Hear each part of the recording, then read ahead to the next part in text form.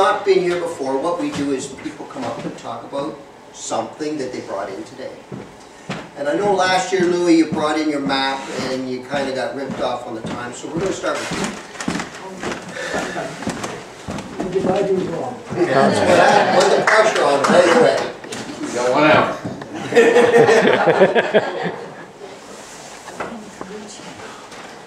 This is an ox stall.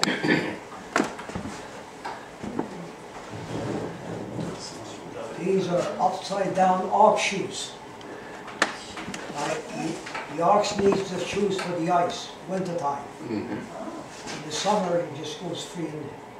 Anyways, anybody know how an ox becomes an ox? You don't want to know.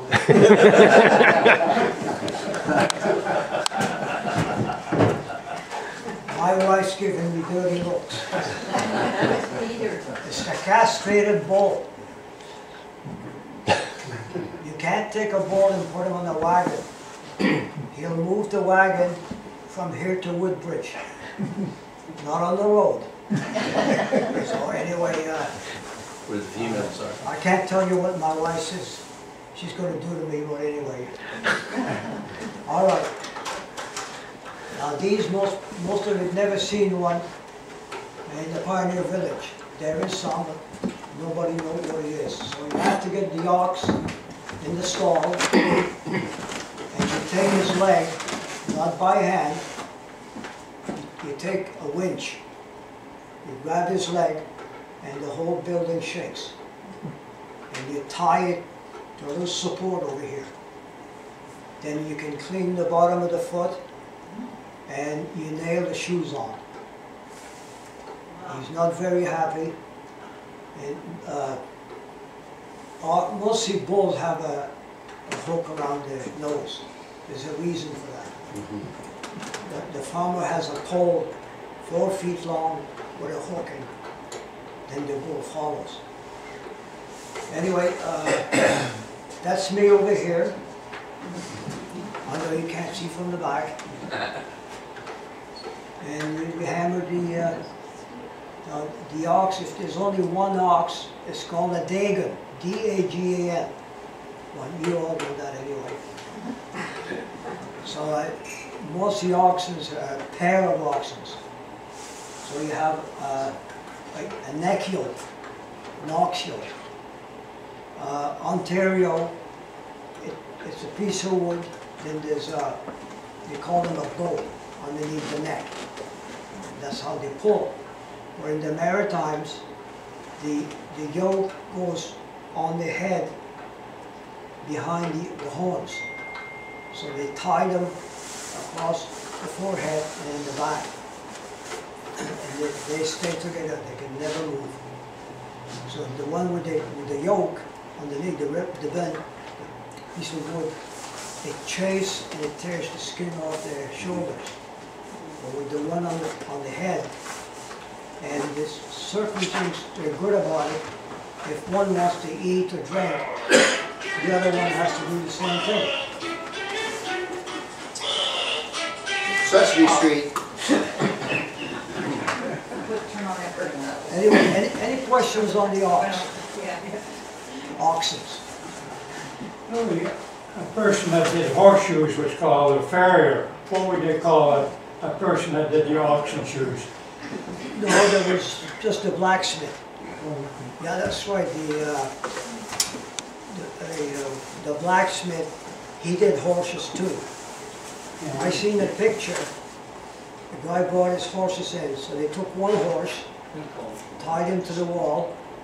Him and his brother went with the horse. One took the right front horse foot, and the other took the left rear one. The horse is standing on 2 feet, and they're leaning on the blacksmith. So that's how gentle they can be. Yeah. Or an ox, no. No, but like you said, a person that does horseshoes is called a farrier. Yeah, the real name is not a blacksmith, it's a furrier. No, I wondered if the person doing the oxen shoes is called the same. No, somebody with not much noodles. Yeah. Yeah, Gary? Do you know how often the hooves have to be trimmed? Or do they? Well, every time you put a shoe on, you have You gotta clean it trim up. them, same as a horse. So when would they use oxen versus horses? Or would oxen be stronger? Yeah, I would think. oxen are a lot stronger, they got shorter feet. So that makes them stronger. And they'll go anywhere. You put them through the bush, they'll go to the horse won't. The horse gotta have a road. So would you only need to shoe them at the beginning of the winter and then that does them, or? Yeah, for ice. Ice and snow. In the summer, you let them loose anyway. Well, I guess you answered my question. You put the shoes on for the winter and then in the summer they for what? The same as a horse. If the horse is not being used in the summer, you take the shoes off. And they use the same type of nails, except the oxen's, the nails are a lot shorter. I got a set over here, you can come have a look at it later. So, Did you make that model? Oh yeah, When did you make it? How long ago did you make that model? He writes everything on. huh? I got 28 of these, not oxen, but everything What, else. glasses? So I have to put it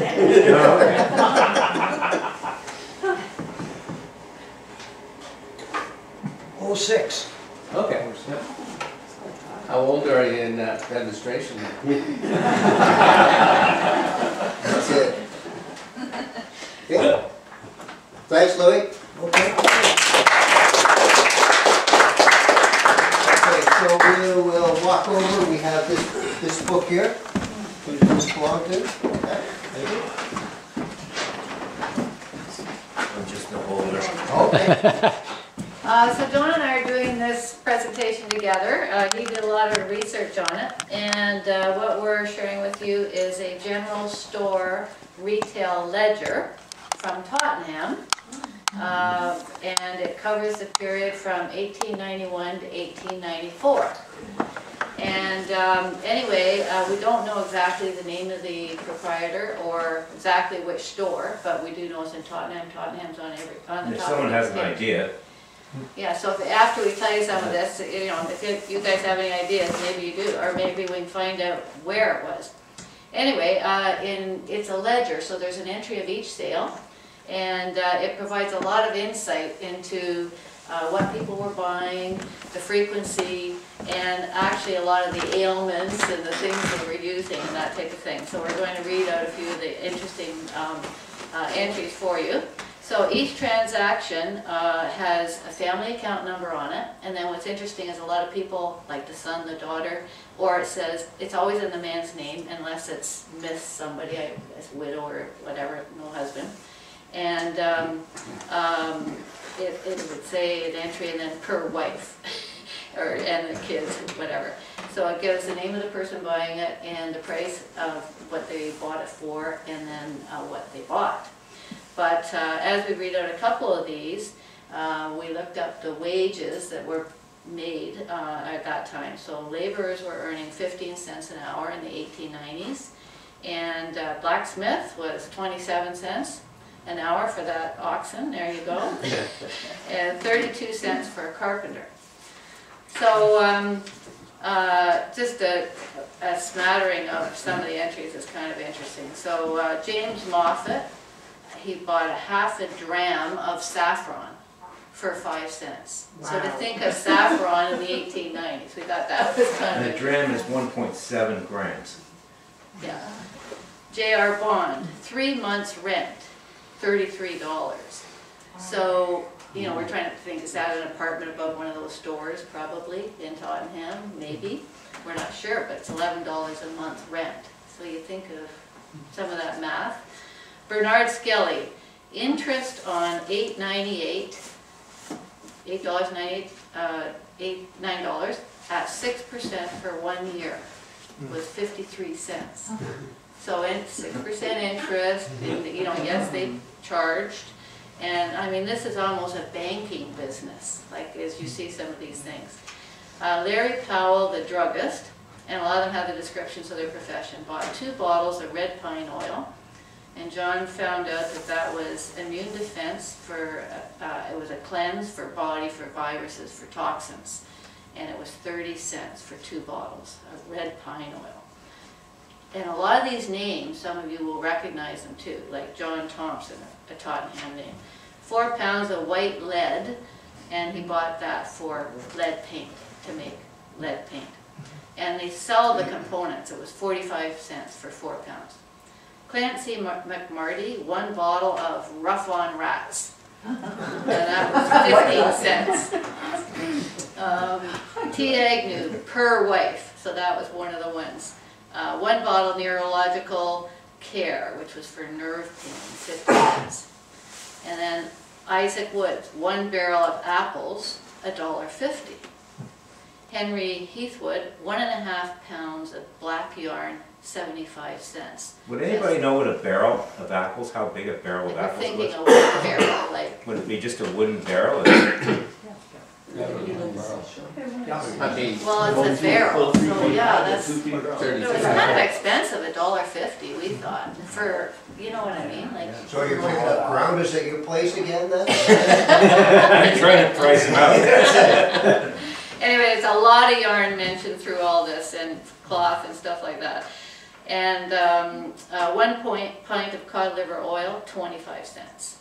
So this is one of the really interesting ones, and we saw a lot of this, and one of the most expensive items was a sewing machine, which was $28. And what was interesting is they had ordered from Montreal, and the freight was paid of 67 cents to get it shipped from there to Tottenham. Then Joseph Renton, Per Wife, Luby's Hair Renewer. So that had a similar theme to today. Maybe I need some of that. Robert Brown, blacksmith, 10 pounds of honey for $1. Wow.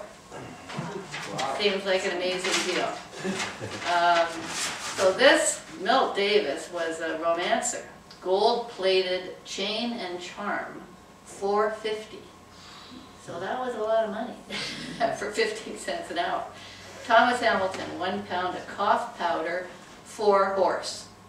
And there was multiple entries of this cough powder for horses and people, but all, you know, you can see December, all of a sudden everybody's got the same thing. And it was this, and the seasonality of everything was so interesting as well, because everybody was doing the same thing at the same time. Tottenham Public School insurance, $13.75 for 3 years. So they must have been an insurance broker as well. So this one, Simpson Hamilton, he bought a feeding bottle for 30 cents and 2 grams of morphine.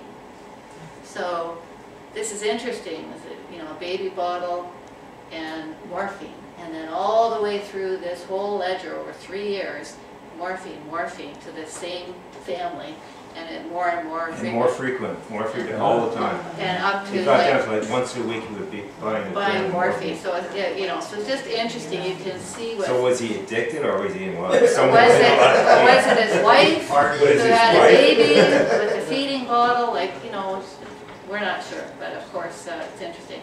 And all kinds of entries for booze. 1 bottle of gin was $1. There was also brandy, wine, rye. There was different entries.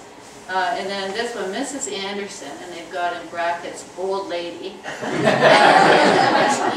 2-story beehive with foundation for $2.25. But we're not thinking it's old lady. We're thinking there was probably a younger Mrs. Anderson, and then you know, an older Mrs. Anderson. But also Anderson from Tottenham. I don't know, Alan Anderson, all that whole family, who knows, you know, probably not. Mrs. Poole, 1 bottle of Fowl's Pile and hemorrhoid cure, $1. Rheumatic fever cure, all different kinds of ailments and remedies. So the most interesting thing that we had to look up was in June and July, there are all these entries for Paris Green. Does anybody know what that is? Spray. Yes, it's it's arsenic actually. Right. A mixture of arsenic and trivalent copper sulfate, and it's highly toxic. And it's used for treating potato bugs, Yeah. for killing them. And about the last, like in June and July, the last few months, there's 50 entries for this. That's how widespread. But it's extremely toxic, and the vegetables would absorb that arsenic over time. But as it's being applied in the backyard, the potatoes would start to absorb it. But we're also thinking, like, it was so widespread, everybody's growing their own Yeah. potatoes, you know, it's a cheap food, whatever. But here's all this Paris green. It was really interesting. Slow amounts of arsenic, which can be in water in some places, can cause stomach cancer. Yes, but this is inorganic arsenic, so there's organic as well. So the inorganic is more toxic than the organic. Anyway, very interesting. So Joseph Abernethy, I just said down because there's Abernethy still around Tottenham today. 1 bottle of kidney cure and 1 mustard plaster. So he was or whatever, $1.25. A bushel of oats, $5, which I'm still trying to figure out how is that so expensive. A ball of extract of strawberry, 35 cents. 1 quart of wood, $7.50, which again seems shocking. There's one other one here for wood. 2.5 dozen eggs, 32 cents. So about 10 cents, a little over, is that 13 cents a dozen, something like that. A penny a day. Yeah. Interest on, okay, Mrs. John Greenway, which there's actually a Greenway Street in Tottenham, John said. Interest on mortgage, $36.41. So they were also paying a mortgage to this person. Chewing tobacco references, half a pound, 36 cents. And then there was a lot of barters.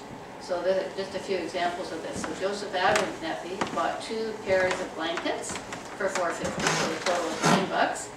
But it says to be paid for in 6 cords of good hardwood, free from knots. And then later in the account it says settled. So he paid the bill. But other barters were music lessons for $10. So I guess he gave them a credit at a store.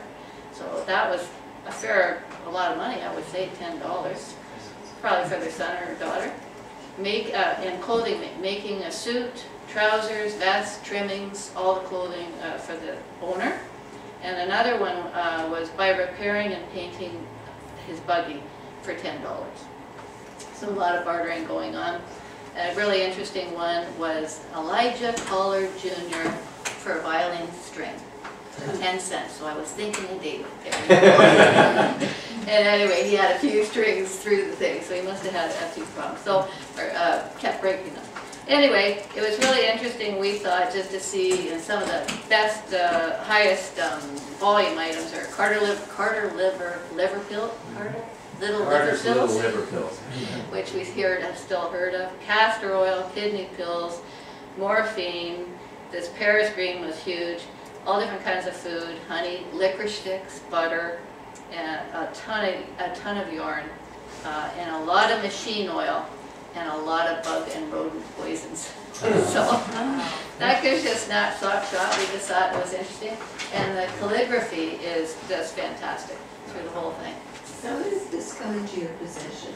Well, that's an interesting story. So my mother it was Eleanor McKeag, and she was, my mom and dad were auction nuts. And Mom went down to an auction in Mississauga for several years. It was like a weekly auction. And she bought it. I married John, who was from Tottenham, and she bought it for him and gave it to him for a Christmas present about 30 years ago. And so we still had it, and we thought it would be a great item. So how it came back into the area is kind of cool. Yeah, Bert Ronan over in Colvin. Bert Ronan in Colvin. He made it into give you an idea on that. It would be nice to know where the store was. I think it was probably, I would think on the west or the east and south side of Mill Street and Main Street. The Four Corners. The Four Corners. Because I know there used to be a big general store there. Help me out, Fawn. Helen and shoot, so the corner, the northeast corner at Mill and Queen. Mayberries? Mayberries, Helen May, thank you. yeah. I knew it was an M. Yeah. Couldn't think any further. That was a general store, and I think that's the picture that we used for the general, Elizabeth Davis's general store story. But she, her father, managed the store that is now the paint shop. And his last name was Hopper. Anyway, he managed that store for the guy who owned the Gables. Again, I've forgotten the name. Who maybe, because Elizabeth was born in 1923, and she played with the daughter of the man who owned the Gables, but her father ran the general store for him. So that's The another Gables was that big house, right? Yeah. Yeah. It's Oh, yeah. Stuart's Oh, yeah. Starbucks. Oh, he Yes, was, that's he was a right. banker. What was the guy's name? He was, he loaned money. He was a banker, He was sort of a banker. sort of a banker. Well, Lori said he was sort of a banker. It's but a loan he- shark. Well, he loaned money to people. And then, so he might have also been selling insurance because he became wealthy. But sometimes people couldn't pay him back or whatever. And then he would have them build an addition.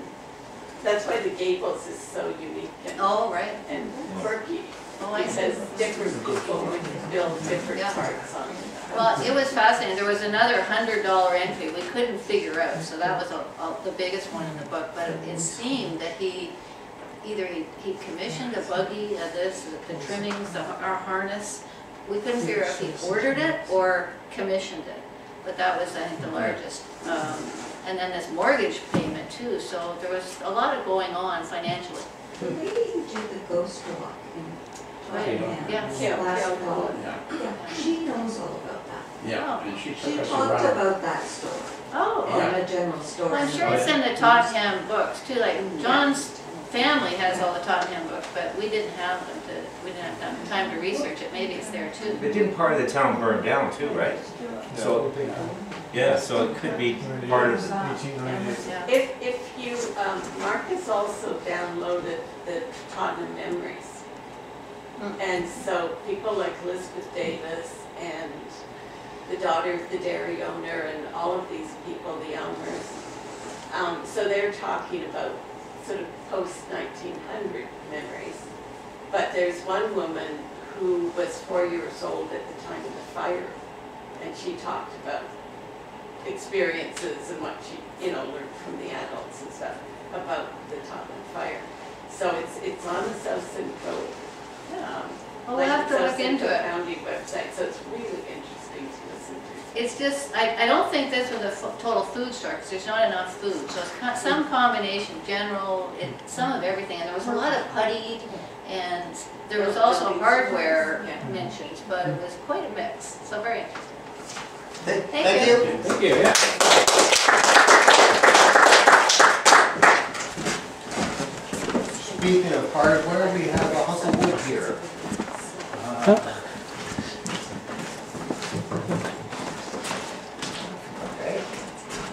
Okay, so everybody knows what this is. Piece of baseboard. Yep. So, everybody knows that we live in a mud brick house. And along the floor, they would hammer this piece in every so many feet between the bricks, and then they would nail the trim to it. We found this out when we took out part of the wall to put a door in, and these little wedges were all in between so many bricks.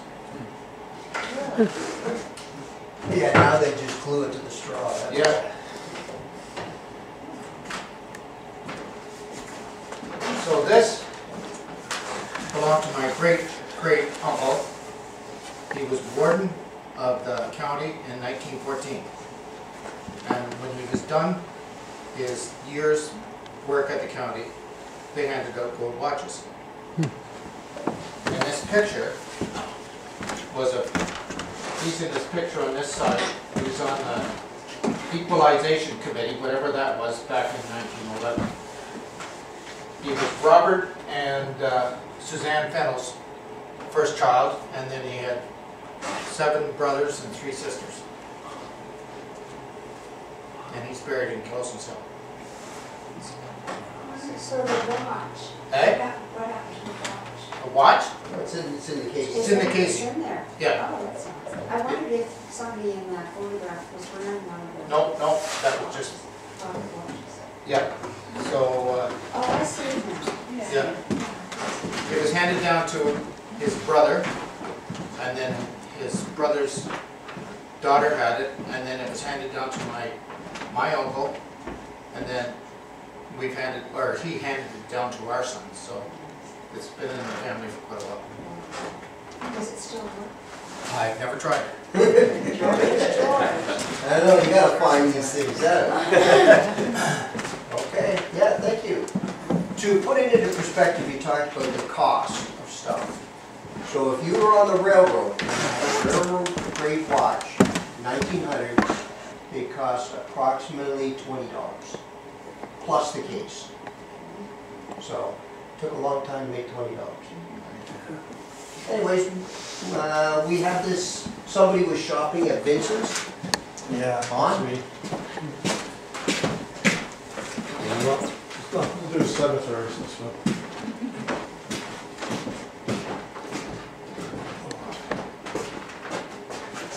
It took me a long time to bring this, but I finally got it.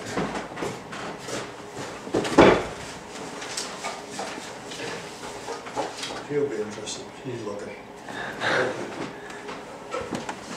Stanley Rule and Level Company, New Connecticut,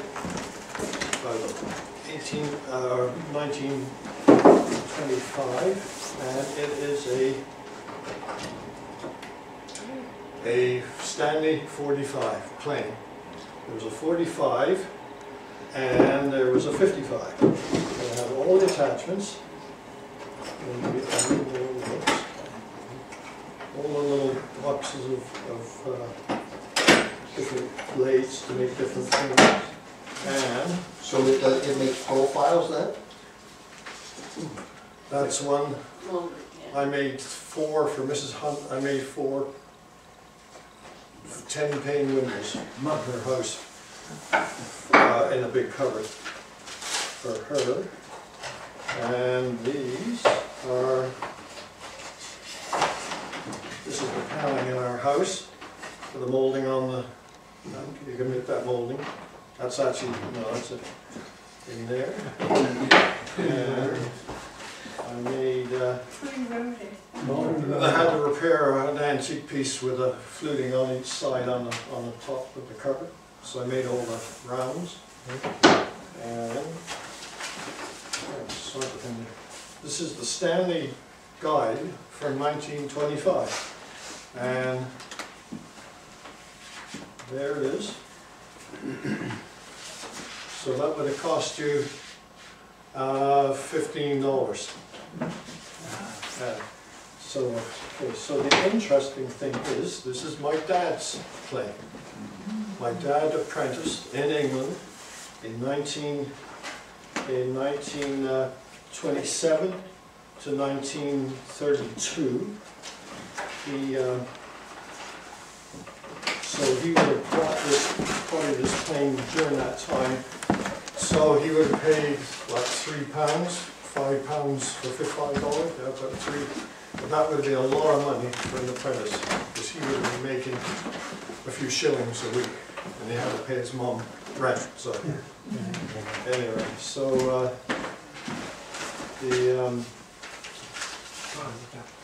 this book is absolutely fascinating. You look in the tools and the tool sets. I wish Bruce would like some of those tools. Well, Bruce has probably got some of those tools, right? Anyway, so my dad, I'll just quickly.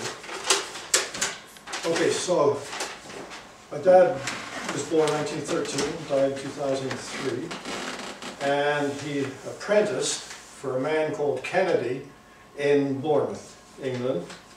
And in a workshop, he was Kennedy was a very skilled cabinet maker, but he had no electricity.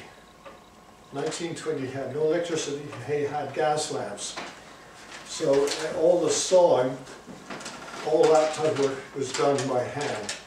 My dad could cut a piece of wood through faster than I could run it, set the tool saw to do it.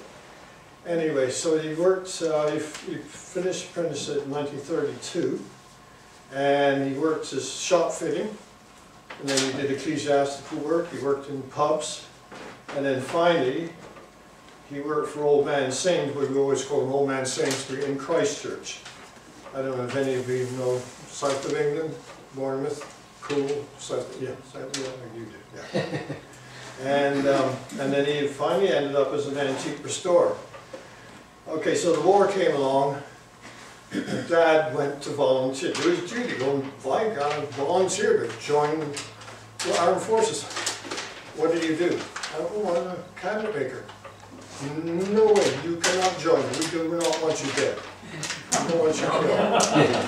He got on his bicycle and he cycled from Bournemouth to Southampton to try and go in there and enlist. What do? I'm a cabinet, because Dad would not lie. I'm a proper cabinet. You cannot. So guess where he worked? He worked at AV Road. And he built, there was a Purewell plant in Christchurch, and they were building, he worked on the Janssen plane, which was all wood. So he worked for the whole war here and there, and then after the war he went back, he opened up an antique business in Moore down in Bournemouth, with workshops in the Lansdowne, which is downtown Bournemouth. And he had 2 cabinet makers working for him and a French polisher who was named Fred. I got in trouble with Fred, and that's another story. Okay, so Dad emigrated to Canada in 1953, the Roar Newmarket era, and that's where my uncle sponsored us. Dad had 8 brothers and sisters. 4 came to Canada and 4 stayed in England. So he opened up an antique business in the vicinity of Young and Newlock, known as Armitage, if people know where Armitage is. Now, it is an Armitage school there. And he had the Barn Antiques, and then Eric G. Harris Antiques at 610 Young Street, which is the corner, the south west corner of in Newmarket there on Young. He trained Vaughan Ollesby, right. He trained me as a cabinet maker and in restoration in 1962. So Dad had the business until 1986 when he retired at 74, after working on the bench for 60 years. He purchased a bungalow not far away and had a small workshop where he continued to make small pieces of furniture until he was 86, and he made Janine a Hepplewhite, copy of a Hepplewhite table, a bedside table. And so he died a few weeks short of 90 in 2003. So that's my dad. And this was his, I've used it lots of times. And Bruce, you've used one. And I know Louis got, you've got a couple of these, haven't you? 45s? 55s. Well, there's a 45 and this is the 40 and the 50. Yeah, there's a 55. Yeah. 55 is more elaborate, more blades, and just show you that box.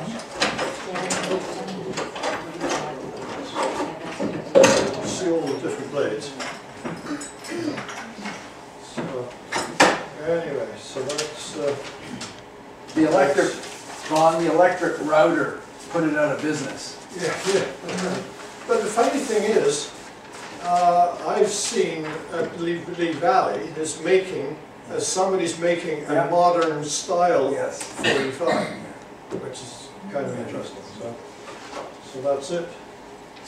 Well, tonight is my great pleasure to show you some of my late father's prized possessions. And one of them is, and he may have showed this in other years, but this was a piece, if you came to visit us, or him at his house, this was one of the first things he'd show you. It's called a pipe tongs. Pipe tong. It's for obviously people that smoke pipes. And what you would do, this was before matches, you'd go into the fire would obviously have to be on. You'd go and grab a coal from the fire, and then you'd use the coal to light your pipe. But before that, you'd have to tamp down the tobacco, and there's a little tamper on this just to make it firm. So later, you're welcome to come up and just examine these. These pipe tongs they're reproductions, and they're just exquisitely made. Just a fine blacksmith could handle making something like this, just with a forge and an anvil and a lot of time. Yeah, some time and a lot of filing. But there's actually, if you look here at the joint, there's a lovely joint or hinge here that it pivots on. What's the sharp piece for? That is, well, I think it's to align these. It helps to align the top pieces here. But this pointy part, it doesn't need to be that long. It's obviously there's a purpose for it. I'm not sure what it is. See that? Clean the bowl. Maybe to clean the bowl up. There you go. I just remember my dad having some not that elaborate. That makes sense. Sure. Yeah. So a chap in Cooperstown, New York, that made these for my dad. So yeah, really, he just really admired anyone that was accomplished in the traditional crafts or trades of the early 1800s. These would have been popular in the late 1700s. So you have a close look at these after.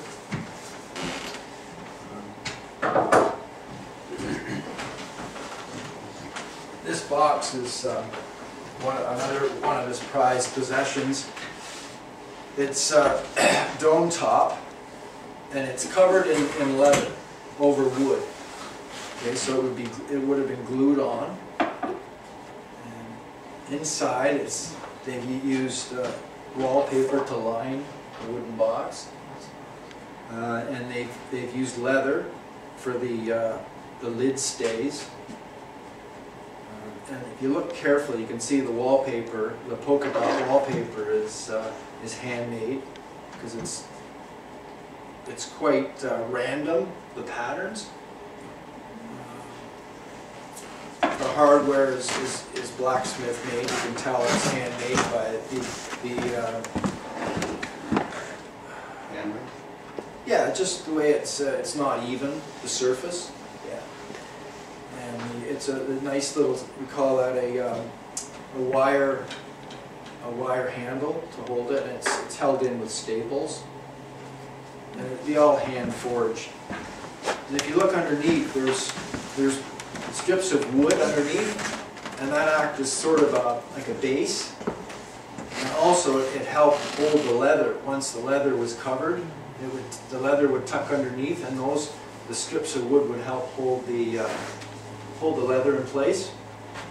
And it has such as you can see by the light here, you can see it's got a really nice patina. So a really nice item. For its age, it's in remarkable shape. So what exactly what's the age there? That's a good one. Mom, what would you say? Oh, certainly pre-18th century. Oh, absolutely, for sure. But it would be a wild guess to put a number.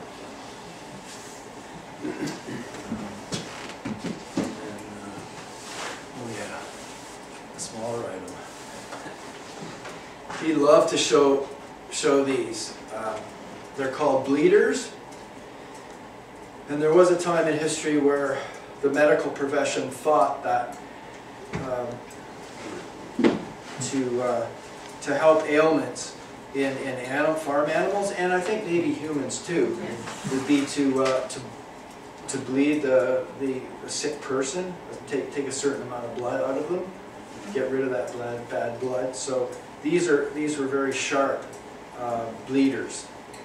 And they would be, they'd be used to just cut a small incision in in a vein maybe. Yeah. Not an artery, but vein. And that would, and they're different sizes too. So anyway, that it's an interesting item that he loved to show. I think they're called a fleam. Yeah. A fleam? Fleam, Okay. fancy name. Can you demonstrate the church? That had high blood pressure, Yeah, reducing the blood for that yeah, purpose. yeah, but possibly. Otherwise, they were just weakening the person. Yeah, sure. And I'll save the best to last. This was my dad's office chair. He would be seen sitting in this almost every day. I'd see him in here. This is it's a Windsor sackback, and it's at least 200 years old, from Pennsylvania, and it's handmade, not unlike what the chairs that we make. And the seat is, you can see the seat is really nicely dished for maximum comfort. And each spindle, if you look closely, you can see they're all a little bit different because they're hand whittled. And the legs come through and they're wedged. And yeah, and it's the finish. It's not an original finish, which for collectors is really important. It does have an overpaint on it, but it's still a very nice form, and one that we'll treasure. Would they have painted it when it was Originally, yes, it was fashionable to paint Windsors because of the variety of, yeah, some of the first first colors underneath all the colors that were put over original Windsors were often green, and they were fashionable for the wealthy in England as garden furniture. So green would be a typical color. Well, the reason I ask is because the Paris green we were talking about, they used that to make the green paint in the 18th and 19th century. And they invented it in Paris for painting Monets and that type of thing, because it was a vibrant green. So I would think they probably painted that paint. Well, I know that often the greens were almost black. Yes. Often they were a gold line. Yeah. Yeah, pinstripe maybe. But that was more for more formal chairs. Windsor chairs were pretty primitive. And you know, then the red was sort of the next fashionable color on Windsors a little later in the 1850s. This is late 1700s. Have you fixed it at all, or is that still in? Yeah, as far as I know, there haven't been any repairs to it. Often you'll see where they've legged them out, you know, and I think, yeah, I can feel where they have legged this chair out. Yeah. I was just wondering about like gluing the slots or anything, slats or anything. What do you call them? Spindles. Spindles. Yeah. No, you haven't done it. I haven't re-glued this, but you know, I might have legged it out. I've legged so many Windsor chairs out in my 40 years that What does that mean?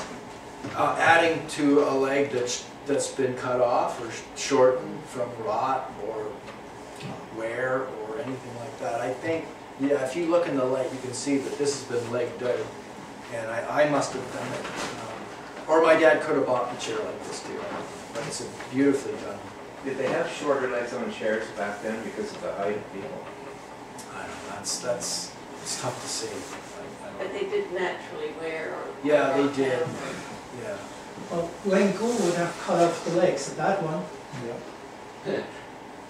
No. Pianist. Yeah. And why is that from? Tell me.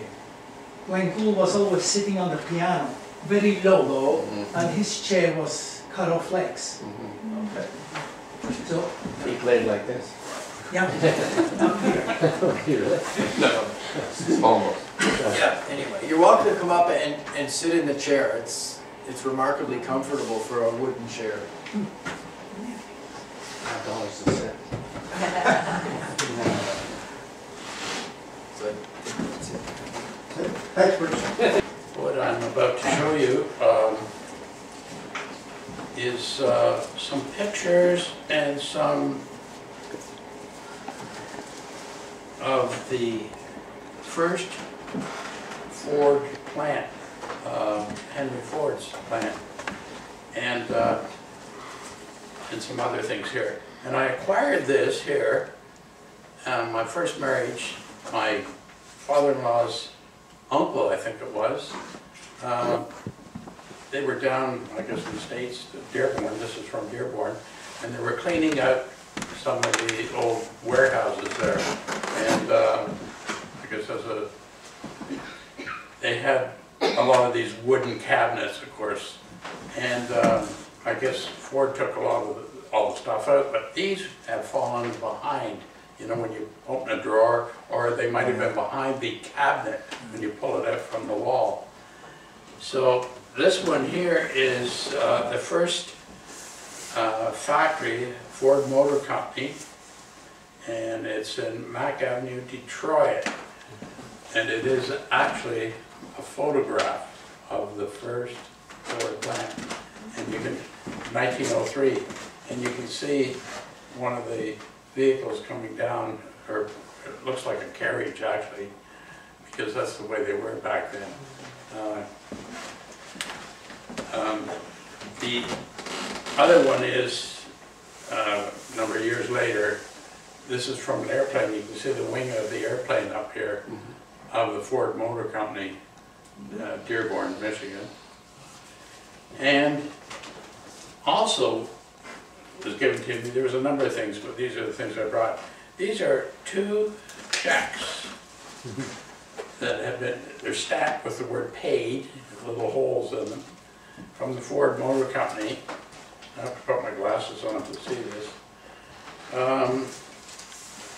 One check is to Firestone Tire and Rubber Company for $870,154.40. Okay. $870,000. And this was in 1917. This check. And the other one is for, it looks like for the National Bank, must have been a transfer, for $2,949,434.65. So, yeah, Ford was doing well by then, as you can tell. What's the date of the last one then? I can't really tell. The tape is over the date. Does it say who's, did you say who's to? It's the National Bank. Oh, to the bank. Yeah, National Park Bank, New York. And here's some original photographs of Ford when he first, you know, went into business. I should fill you in. Ford, of course, the Ford company of this first picture here was incorporated on June the 16th, 1903. And Henry Ford was 40 years old at the time. So he'd been doing a lot of things before that. In the same year, in October of 1903, they almost made a profit of $37,000. So, you know, but 2 years later, their profit was nearly 300% more at $300,000. So he really started to move on. During these years, he made one of his first cars in 1903 was called a Model A. Now, it's not the Model A Ford that you know of today, from 1928 to 1931, but the first one was called a Ford Model A. And then he went to a Model K, a Model S, and the K was the first 6-cylinder model, known as the Gentleman's Roadster. and it sold for $2,800. That was a lot of money back then. So I guess they didn't sell too many of them. But at the same time, Oldsmobile, the Oldsmobile Runabout, was only selling for $650. So Oldsmobile was doing well. And after that, of course, it was around, this would be around 1908, and Ford started, I guess, earlier to make the Model T, which really was sold in around 1909 to 1927. And of course the price went down and it competed with Oldsmobile and probably some other producers. So I was, you know, I think what I'm going to do with these, I was talking to Peter about this, I'm going to, we know someone that might be interested in these, and these should be handed over to maybe the Ford company or someone who can put it in their archives, because it's interesting to see. Is the building still up then? No. Linda and I were at the, we went to the Old Car Festival last September in Dearborn, Michigan. And they have, it says the Ford Motor Company, but it says on it, it's a replica. Mm-hmm. And it's only about, you know, a third the size of this here. But it looks very much like that. Mm-hmm. Yeah, the front is the same. Yeah. So, no, they don't have that. So, that's about it. Cool. Cool.